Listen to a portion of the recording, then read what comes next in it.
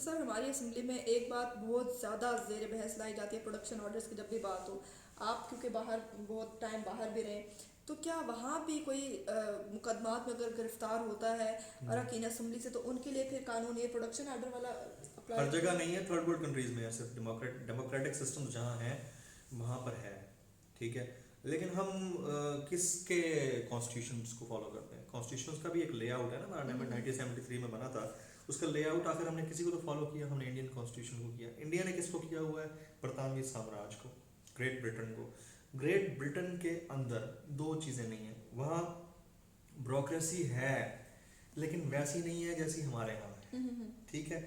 وہاں جمہوریت ہے, ویسی نہیں ہے جیسے ہمارے یہاں ہے. وہاں کرمنل وائٹ کالرڈ کرائم کرنے والا بندے کے اندر مورل ایبلٹی ہوتی ہے, وہ خود ایڈمٹ کرتا ہے اور چھوڑ کے چلا جاتا ہے. یہاں اس کو گرفتار کرتے ہیں, پبلک اس کے حق میں نعرے لگانے کے لیے آ جاتی ہے, چور کو معصوم ثابت کرنے کی کوشش کرتی ہے, اسی چور کے لیے پروڈکشن آرڈرز جاری ہوتے ہیں جس کا کانسٹیٹیوشن کا ڈیزائنر خود گریٹ برٹن ہے, وہاں نہیں ہوتا, گریٹ برٹن میں نہیں ہوتا. تو ایسے ممالک جو خود ڈیموکریسی کے علمبردار ہیں وہاں پر تو ایسا کچھ نہیں ہے. صرف تھرڈ ورلڈ کنٹریز میں ہے, جس میں انڈیا ہے, پاکستان ہے, بنگلہ دیش ہے, نیپال ہے, یا دو پریزیڈنشل جس میں پریزیڈنشل فارم آف سسٹم ہے جیسے ایران ہے یا افغانستان ہے. یہاں پر یہ چلتا ہے کہ اگر آپ کے پارلیمان کے اندر معاملات ایسے چل رہے ہوں یا مجلس شورا کے اندر چل رہے ہوں یا آپ کی جو سینٹرل ایگزیکٹو باڈی ہے وہاں پہ مسئلہ چل رہا ہو تو اس کو پروڈکشن آرڈر جاری کر کے اس کو لایا جائے. یہ پاکستان میں بھی ہے. اب ظاہر ہے کہ ہم گندی سیاست کے اندر ہیں تو یہ بھی حصہ ہے. بھائی ہم ہی پبلک ہے نا, ہم ہی پبلک ہی تو ہیں کہ جن کو لگتا ہے کہ 40 سال جس نے ملک کا بیڑا غرق کیا, چاہے اس میں مشرف صاحب تھے یا ضیاء الحق صاحب تھے یا میاں نواز شریف صاحب 3 دفعہ آئے یا بینظیر بھٹو آئیں یا زرداری آئے یا عمران خان آئے, 40 سال تک بیڑا غرق کرنے والے جو ملک کے تھے ان کو معصوم ثابت کرنے کے لیے پبلک روڈ پہ ہوتی ہے. بالکل ایسے ہی. جو 1 سال یا 1.5 سال سے ابھی اقتدار میں آیا ہے وہ بھلے لاڈلا ہے, سلیکٹڈ ہے, فارغ ہے, نائل ہے, ریفارمز نہیں لا پایا, اس سے ہم الادین کے چراغ ہاتھ میں پکڑ کر فوراً تبدیلی کی توقع کر رہے ہیں. میری تو سمجھ سے باہر ہے یار, اس کو 5 سال تو پورے کر لینے دو.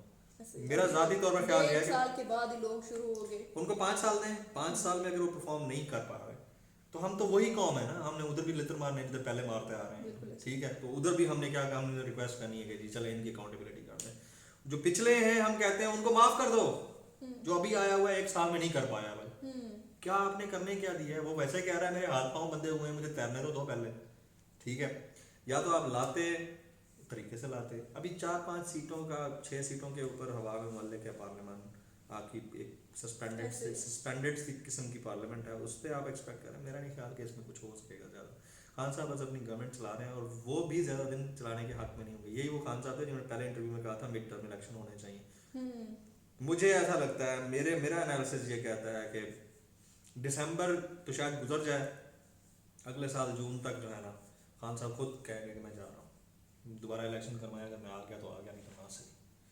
اور اگر وہ ہار گئے تو یہ ملک بھی چھوڑ جائیں گے, میں آپ کو بتا رہا ہوں. آگے سر مولانا فضل الرحمان نے پلان اے ختم ہو گیا, پلان بی وہ بھی ختم ہو گیا, ان کو آزادی مارچ سے کیا حاصل ہے؟ اور دوسری بات یہ کہ ان کے اس آزادی مارچ کو بہت سی باتیں کی جا رہی کہ بیرون قوتوں نے جو ہے نا اس کو یرغمال بنایا تھا, تیسری قوت نے یرغمال بنایا ہوا تھا.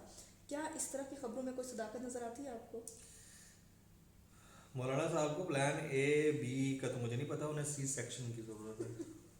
ان کی پولیٹکس کو نا سی سیکشن کی ضرورت ہے, اور ان کو پیسے کہیں سے آ گئے ہوں گے, وہ پیسے آ رہے تھے تبھی, ایسے تو نہیں 10-12 دن 15 دن بیٹھ گئے وہ لوگ اور پھر مختلف جگہوں پہ سڑکیں بلاک کر دیں.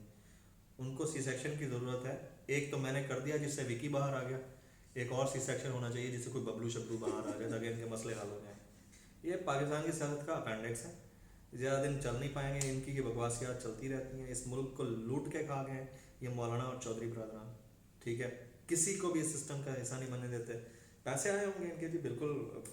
دیکھیں نا انڈیا کو کس چیز کی خوشی ہے, اتنی بڑی بڑی ہیڈ لائنس چلا رہا ہے ان کی, ابھی تک چلا رہا ہے. مولانا فضل الرحمان نے لنکا ڈھا دی خان کی اسلام آباد کے اندر, اور پتہ نہیں کیا کیا کچھ چلا رہا ہے.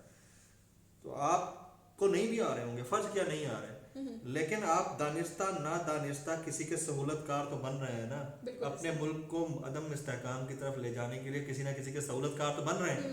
اور ہر وہ جرم جس کا کوئی سہولت کار ہوتا ہے وہ شریک جرم ہوتا ہے. اب مولانا صاحب اس کو مانے نہ مانے, میں اگر کورٹ چلا جاؤں تو اس کو پروف کر سکتا ہوں کہ مولانا صاحب شریک جرم ہے سارے معاملے میں. وہ کہتے ہیں نا شریک جرم نہ ہوتے تو مخبری کرتے. تو یہ سارے جو ڈاکوں لٹیروں کا ٹولہ ہے جو مخبری کرنے سے جو ہے نا گھبرا رہا ہے. سر اس نظام میں, موجودہ نظام میں اگر کوئی بھی آ جائے, جیسے آپ نے بات کی عمران خان بھی, تو وہ بے بس ہے, وہ کچھ بھی نہیں کر سکتا آ کے, کیونکہ ہمارا نظام, ہمارا سسٹم ہی ایسا ہے. کیا اس ملک کو اب اس میں صدارتی نظام نافذ ہونا چاہیے؟ کیا اس سے بہتری آئے گی کچھ؟ ویسے بڑا ہی مشکل سوال ہے. پہلے تو صدارتی نظام لانے کے لیے نا بڑا کانسٹیٹیوشنل وے اپنانا پڑتا ہے. پاکستان میں جب جو بھی پارلیمنٹس آئی ہیں آج تک سوائے ایک آدھ پارلیمنٹ کے کوئی بھی 2/3 یا سادہ اکثریت کے ساتھ نہیں آئی. 2/3 سادہ اکثریت کے بغیر آپ نہ تو قانون سازی کر سکتے ہیں, نہ آپ لیجسلیٹ کر سکتے ہیں چیزوں کو, نہ آپ کسی مینیفیسٹو پہ عمل درآمد کر سکتے ہیں, نہ کانسٹیٹیوشنل طریقے سے کوئی بل پاس کروا سکتے ہیں. تو خان صاحب کون سے طریقے کے تحت صدارتی نظام لانا چاہیں گے؟ ایک دوسرا ایک طریقہ ان کے پاس بچتا ہے کہ وہ ایگزیکٹو باڈی کے ذریعے پہلے قرارداد پاس کروائیں اسمبلی سے, اور اس کے بعد پبلک سے ریفرینڈم کروائیں, جس طرح مشرف صاحب نے کروایا تھا. ٹھیک ہے, وہ اگر ریفرینڈم کرواتے ہیں تو وہ میرا نہیں خیال کہ ایک جمہوری طریقہ ہے, طرز عمل ہوگا خان صاحب کا. تو یہ بھی بڑا ہی مشکل سا سوال ہے. صدارتی نظام کے حق میں ہوں میں ویسے بائی دا وے. دیکھیں دنیا کی سب سے بڑی جو ڈیموکریسی اپنے آپ کو کہتی ہے یو ایس اے, وہاں پریزیڈنشل سسٹم ہے, اور بہت سارے ممالک میں پریزیڈنشل سسٹم ہے.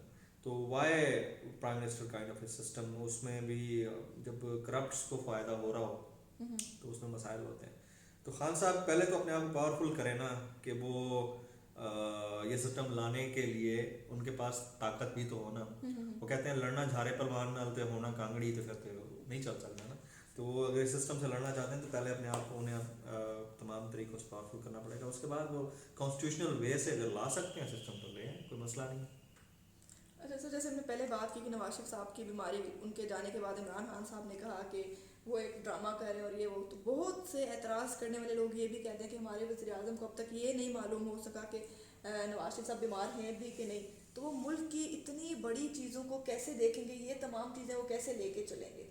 میاں نواز شریف صاحب, عمران خان صاحب, جو کہ بعد میں نواز شریف کے جانے کے بعد کہہ رہے ہیں کہ وہ تو ڈرامہ کر رہے تھے, ان کی بیماری تو ایک ڈرامہ ہے. نہیں, لائل نہیں, انہیں پتہ ہے. تو پھر اس طرح کی باتیں ایک چیز ہوتی ہے اسے کہتے ہیں ڈیمیج کنٹرول. کسی سے کوئی غلطی ہو گئی, دانستہ نادانستہ, یا غلطی نہیں بھی ہوئی مجبوراً ہو گیا. جب ہو گیا, ہونے کے بعد اب کسی کو منہ بھی تو دکھانا ہے.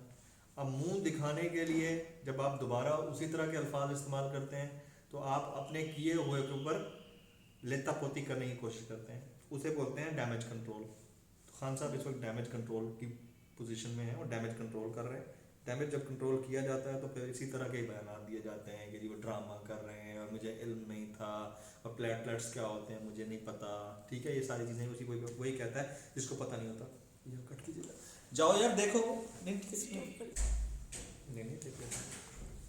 اچھا سر, ایک سوال آخری آپ سے. رہبر کمیٹی کے سینئر اراکین جس میں مذہبی جماعتوں کے اراکین بھی شامل ہیں, ان کی ایک گفتگو لیک ہوئی ہے جس میں وہ عمران خان کی اہلیہ کے بارے میں بہت ہی غیر اخلاقی گفتگو کر رہے ہیں. مجھے خود بذات خود وہ سن کے دیکھ کے بہت زیادہ دکھ ہوا کہ یہ وہ جماعتیں اور ان کے لیڈران ہم پہ حکومت کرتے ہیں. یہ لوگ باہر آ کے لوگوں کی, عوام کی کیسے اخلاقی تربیت کریں گے جو خود اس طرح کی چیزیں اور اس طرح کی باتیں کرتے ہیں؟ سیاست نہیں ہے, بھانڈ پن ہے ہمارے ملک کے اندر نا. سیاست تو اس طرح ہے ہی نہیں.